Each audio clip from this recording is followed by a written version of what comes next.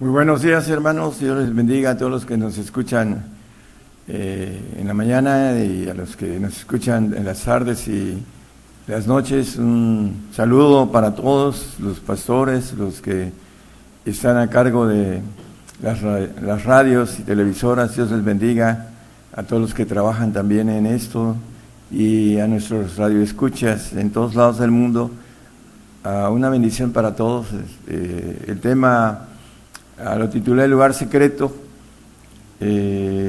Vamos a ir viendo cómo podemos descubrir ese lugar secreto de Dios. Hay un texto en donde nos maneja con claridad el aspecto del lugar secreto. En Ezequiel 7:22 nos habla con relación a que fue violado ese lugar secreto, dice esa parte de la palabra: y apartaré de ellos mi rostro y violarán mi lugar secreto, pues entrarán en él destruidores y lo profanarán. En el tiempo del Antiguo Testamento, hablando de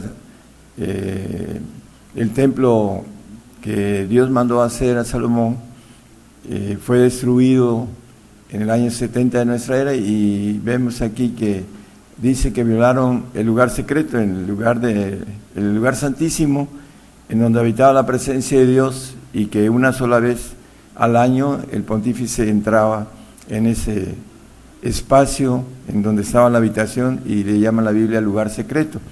Hay un lugar secreto allá en los cielos, en donde solamente va a entrar lo que es el cuerpo de Cristo, en la presentación de la ofrenda, para ser hechos perfectos para siempre, como maneja Hebreos 10:14, nada más como referencia. Ese cuerpo va a ser presentado en ese lugar secreto para ser inmortales, hablando de ese cuerpo de Cristo, o esa iglesia que va a ser presentada al final de los tiempos en ese lugar que le llama la Biblia lugar secreto, la presencia de Dios en la parte más alta de su organización militar, que hemos hablado sobre esto. Dice Jeremías 10:23, nos habla la palabra, dice: conozco, Jehová, que el hombre no es señor de su camino, ni del hombre que camine a ordenar sus pasos. Bueno, el hombre no es señor de su camino. ¿Por qué lo dice? Ni del hombre que camina es ordenar sus pasos. Vamos a ir desglosando esto para ir encontrando desde el punto de partida en donde empieza ese camino para descubrir el lugar secreto. Vamos a irlo desglosando, y aquí nos dice dos premisas importantes. El hombre no es señor de su camino, ni tampoco de ordenar sus pasos. Bueno, lo único que el hombre tiene propio, hablando de su voluntad, su libre albedrío, su yo, lo maneja la palabra. También ahí mismo en Jeremías 21:8 nos dice nada más que hay dos caminos, uno de vida y uno de muerte, dice. Y a ese pueblo dirás: así ha dicho Jehová, y aquí pongo delante de vosotros camino de vida y camino de muerte. Nada más hay la decisión del hombre de tomar por ese libre albedrío la voluntad del camino de vida o el camino de muerte. No hay otro tipo de caminos. Especialmente Dios pone delante de nosotros camino de vida y camino de muerte. Y vamos a ir viendo a Job 38:19, el camino de santidad. Aquí nos habla la palabra en Job, y hay un camino de tinieblas, o que es el camino de vida eterna, o el camino de muerte, que es el lugar de las tinieblas. ¿Por dónde va el camino a la habitación de la luz? ¿Y dónde está el lugar de las tinieblas? Bueno, vamos a tocar una parte del comienzo en el que el hombre está encerrado para poder alcanzar ese camino que llega a la habitación escondida, que le llama la Biblia, hablando de lo que estamos el camino que es camino secreto y lugar secreto para encontrarlo. Vamos a empezar a entender que el hombre está encerrado en incredulidad. Nos dice Romanos 11:32 que Dios encerró a todos en incredulidad para tener misericordia de todos.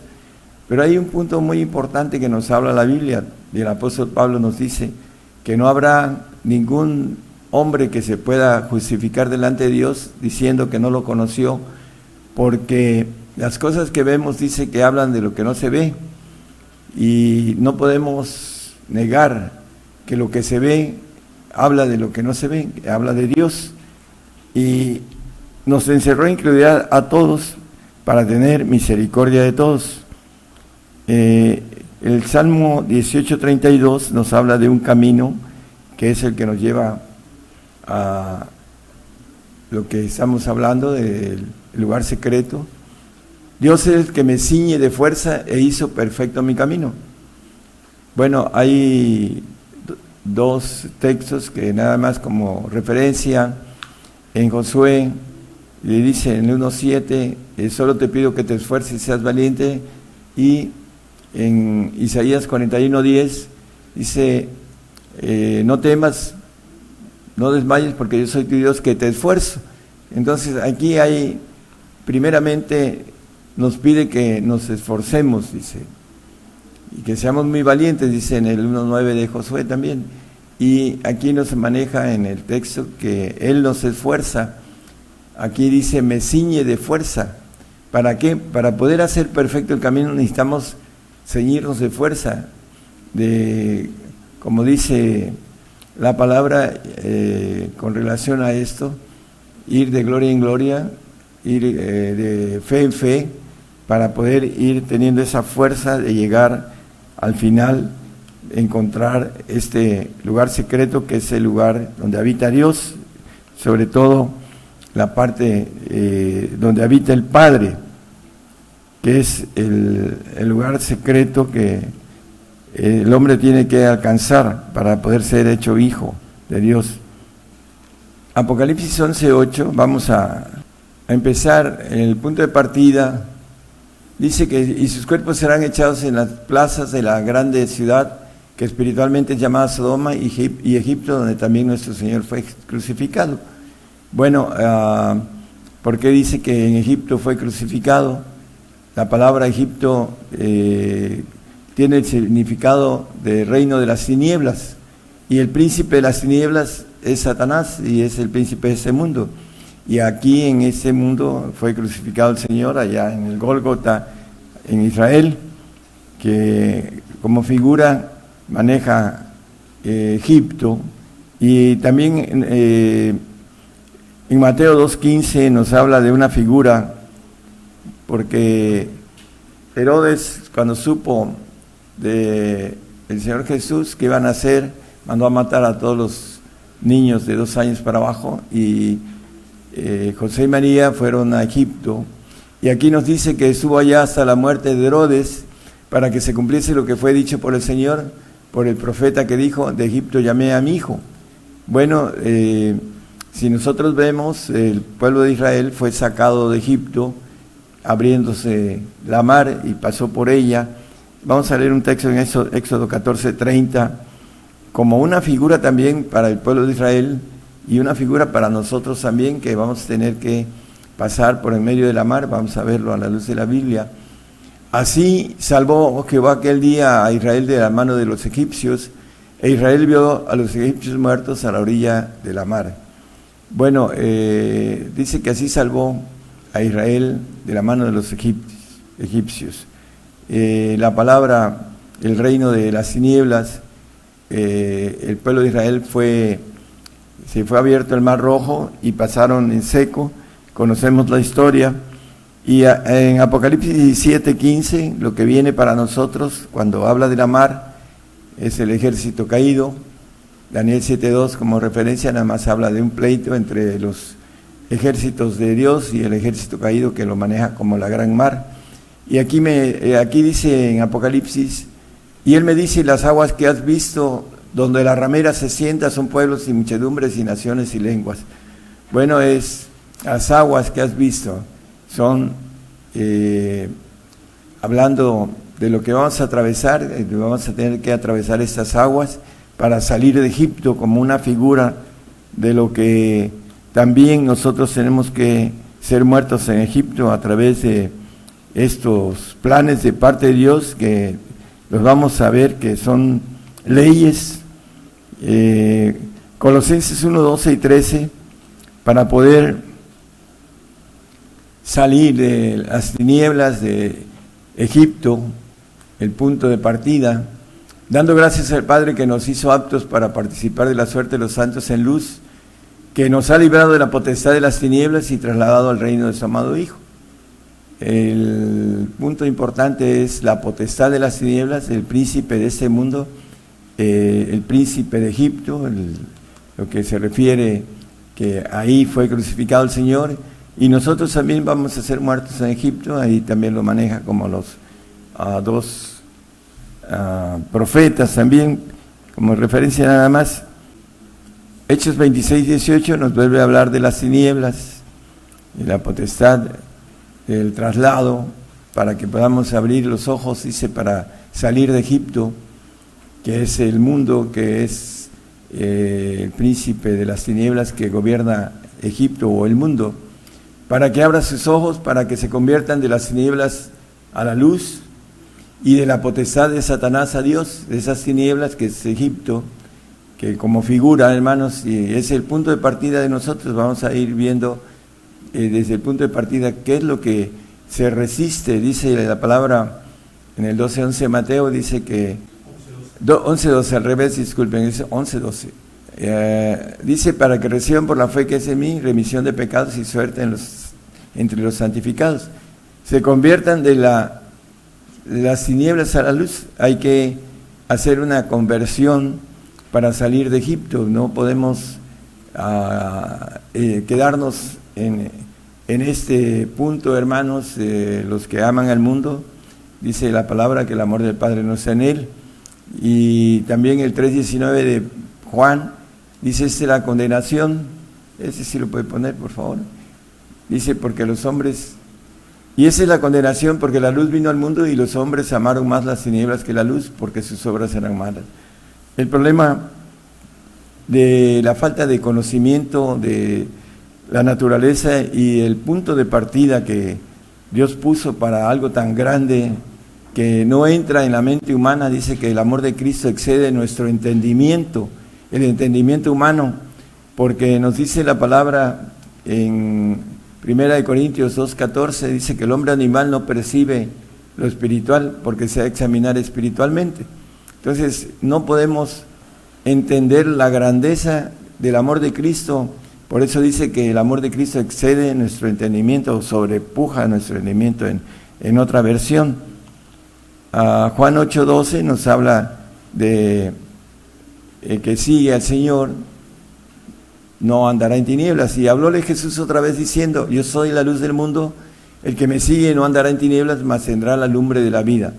Por eso es importante entender la conversión. Para seguir al Señor debe uno dejar la vida del mundo, porque está en tinieblas y es de manera figurativa el Egipto que habla Apocalipsis, donde el Señor fue crucificado, y tenemos que salir de Egipto. Llamé a mi hijo, para que podamos ser hijos necesitamos salir de Egipto. Juan 19:7 nos habla de cómo salir de Egipto. El Señor fue crucificado en Egipto. Respondiéronle los judíos, nosotros tenemos ley, y según nuestra ley debe morir porque se hizo hijo de Dios. Para poder ser hechos hijos de Dios necesitamos cumplir esa ley, porque es una ley que está escrita en la palabra, y hay muchos textos. Vamos a leer nada más Hebreos 9:27, donde dice que está establecido que el hombre muere una vez y después el juicio. Podríamos ver otros textos, pero es suficiente, y de la manera que está establecido a los hombres que mueran una vez y después el juicio. Tenemos que morir en este Egipto para salir de él, porque así lo maneja la palabra. Proverbios 14:12. Hay caminos que al hombre le parecen derechos, dice, empero su fin son caminos de muerte.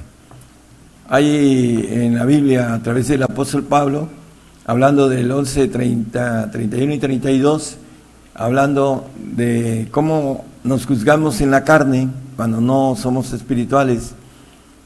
Es 1 Corintios 11, 30, 31 y 32. El 30, por favor. Por lo cual hay muchos enfermos y debilitados entre vosotros y muchos duermen. ¿Por qué? Porque no se procuran en el sentido espiritual, por eso están enfermos, debilitados y dormidos. Dice que ya es hora de despertarse del sueño, dice también el apóstol Pablo. El 31, por favor, dice que si nos examinamos a nosotros mismos, cierto no seríamos juzgados, mas siendo juzgados somos castigados del Señor para que no seamos condenados con el mundo. Por eso los que quedan en Egipto, como hablando de que son vencidos del príncipe de este mundo, pues son condenados, porque la palabra dice que el siervo no queda en casa para siempre, el hijo es el que queda en casa para siempre. El Salmo 68, 18.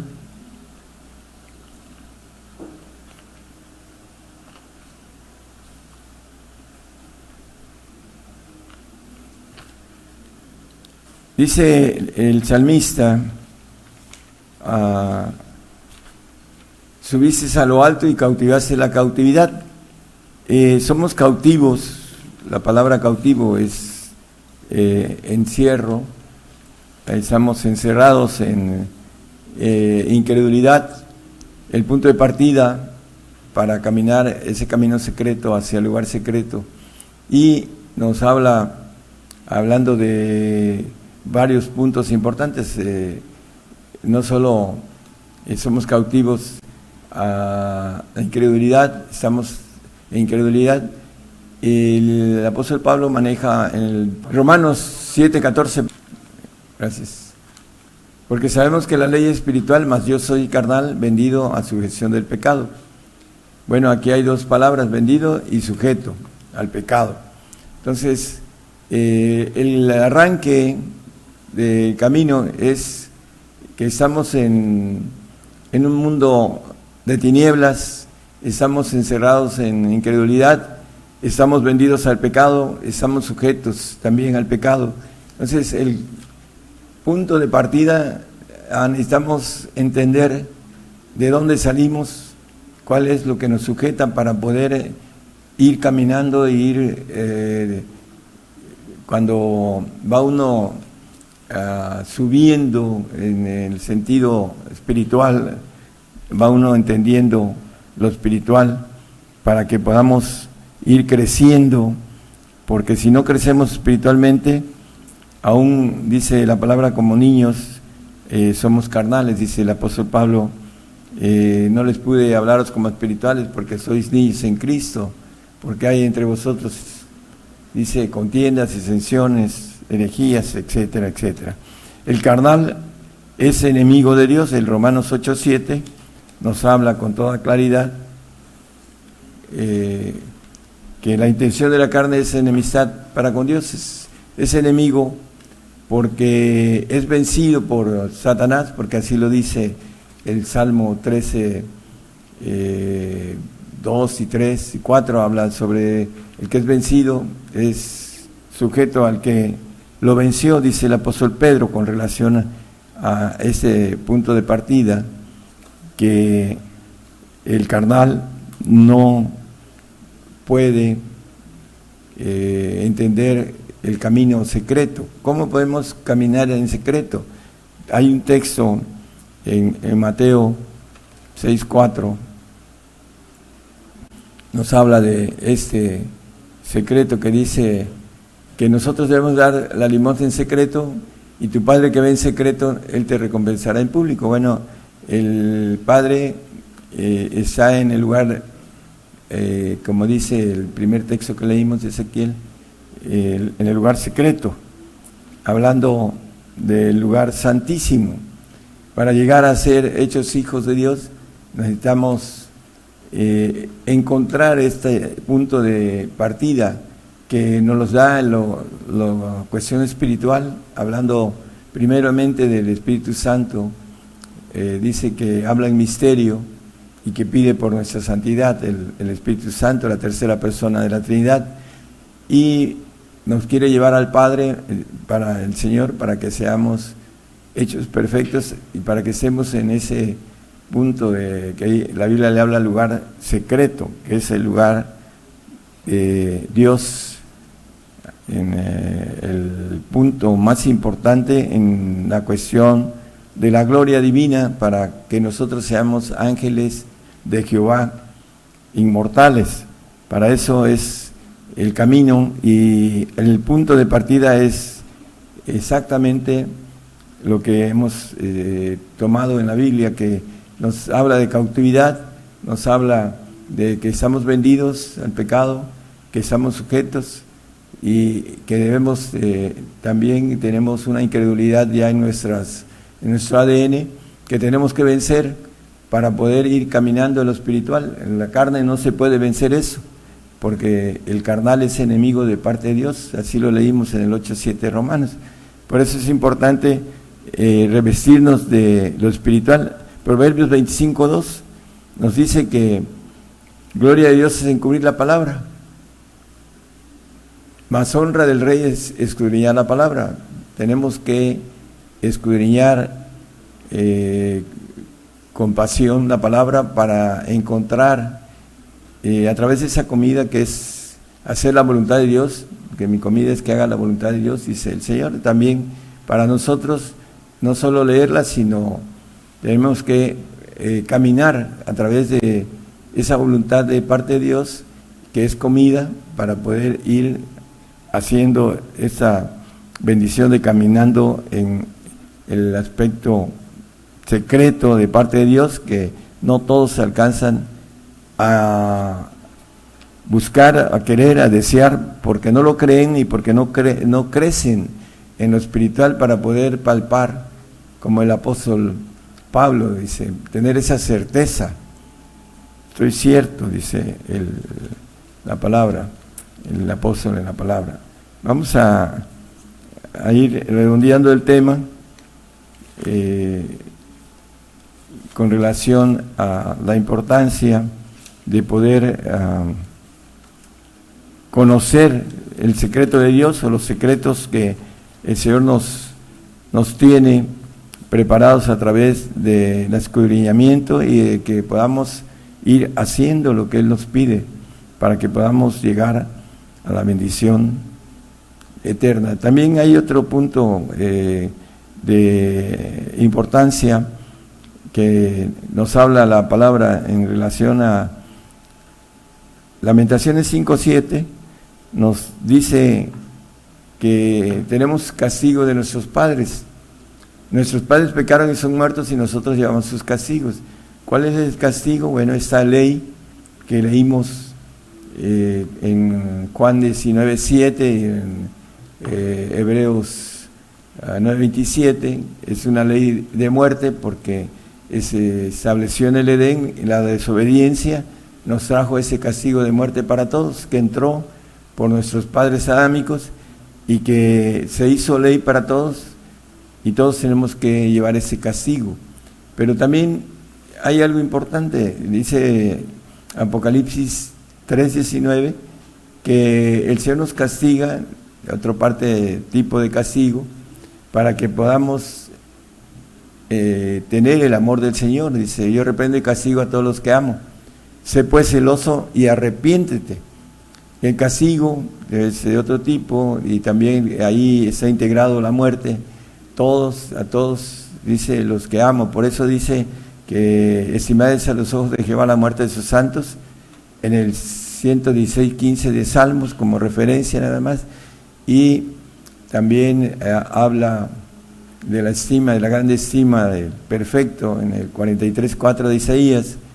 Y a la ovejita en el 8:35, somos estimados como ovejas, aquellos salvos que van también a tener el castigo, porque la salvación se les va a encarecer en estos días, porque todos vamos a tener que dar la vida por el Señor, que tengamos el concepto claro de que se rompe en esos días un cayado de suavidad y que el Señor tiene otros planes para más adelante, para los santos y los perfectos, y luego en la eternidad, pues una gloria para los salvos que no es eterna, y después la gloria de los santos y perfectos que tienen eternidad y inmortalidad. El Salmo 35, 23, aquí la palabra, el salmista, el rey David, maneja este concepto: muévete y despierta para mi juicio, para mi causa, Dios mío y Señor mío. Bueno, el juicio, dice Jeremías 10:24, dice: castígame con juicio, no con tu furor, para que no me aniquiles. Dice, el juicio es castigo. Y aquí en el salmista dice: muévete y despierta para mi juicio, para mi causa. ¿Cuál es esa causa? Pues la gloria que trae la bendición de, nos habla el apóstol Pedro en el 4:17, que el juicio comienza por la casa de Dios. Dice, porque es tiempo de que el juicio comience de la casa de Dios, y si primero comienza por nosotros, ¿qué será el fin de aquellos que no obedecen el Evangelio de Dios? Bueno, este juicio que habla y le dice al Señor: muévete para mi causa, el Salmo, y despierta para mi juicio.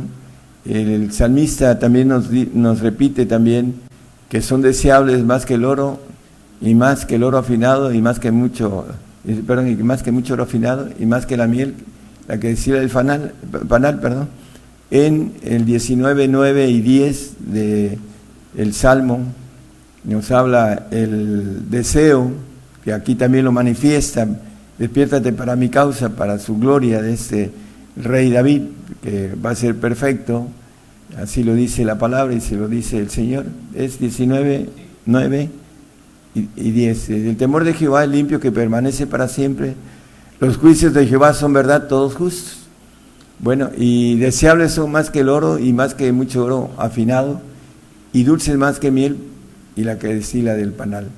Bueno, el punto final del comienzo que manejamos con relación a cautividad, a estar vendidos, a estar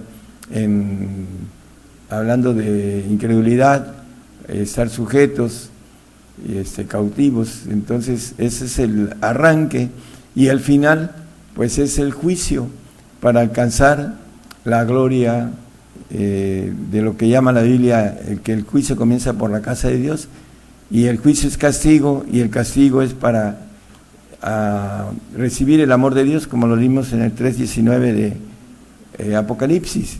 Entonces, hermanos, es importante entender que tenemos que atravesar un juicio para poder tener una gloria tan grande que el Señor nos ofrece, que muchos creen que por creer en el Señor ya son hijos y tienen la gloria de ser hechos hijos de Dios, y por un lado no entienden que ser hechos hijos de Dios es algo demasiado grande que no entra en la mente humana, porque no se cree con la mente humana, se tiene que creer con el Espíritu de Dios, porque así lo manifiesta, que el Espíritu de Dios a uno escudriña todo. Salmo 101:6 nos dice, hablando de la perfección: mis ojos pondré en los fieles de la tierra para que estén conmigo. El que anduviere en el camino de la perfección, este me servirá. Este es el camino secreto para que podamos servir al Señor allá en los cielos como reyes del universo, para poder tener esa bendición tan grande de ser verdaderamente libres, como dice Juan. Primeramente dice que conoceréis la verdad y la verdad os hará libres, la verdad para el santo. Pero aquel que es libertado por el Señor, como dice, si el Hijo os libertare, seréis verdaderamente libres, para tener esa bendición de poder andar en los cielos, gobernando los cielos. Así que si el Hijo os libertare, seréis verdaderamente libres, hablando de esa bendición de ser perfectos, que es la culminación del camino secreto que tenemos que descubrir. Dice que gloria de Dios es encubrir la palabra, y se ha encubierto todo esto, el camino al reino, hermanos, y tenemos que ponerle mucho tiempo en el estudio de la palabra, no solo en el estudio, sino en tener esa valentía de poder tomar la decisión de dar todo al Señor. Dice: amarás a tu Dios sobre todas las cosas, con toda tu mente, toda tu alma, todas tus fuerzas. Ese es el punto importante para que podamos ser perfectos, que no haya nada que esté por encima de ese amor del Señor. Esa es la bendición para aquel que se rinde de manera absoluta al Señor, el camino de perfección. Hebreos 12:23 nos habla de esa cautividad que es llevada a los cielos, porque el Salmo 68:18 hablamos que subió la cautividad a los cielos.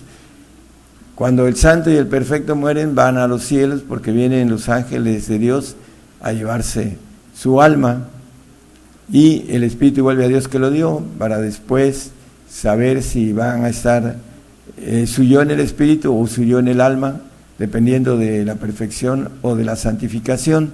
Y a la congregación de los primogénitos que sean alistados en los cielos, y a Dios el juez de todos, y a los espíritus de los justos hechos perfectos.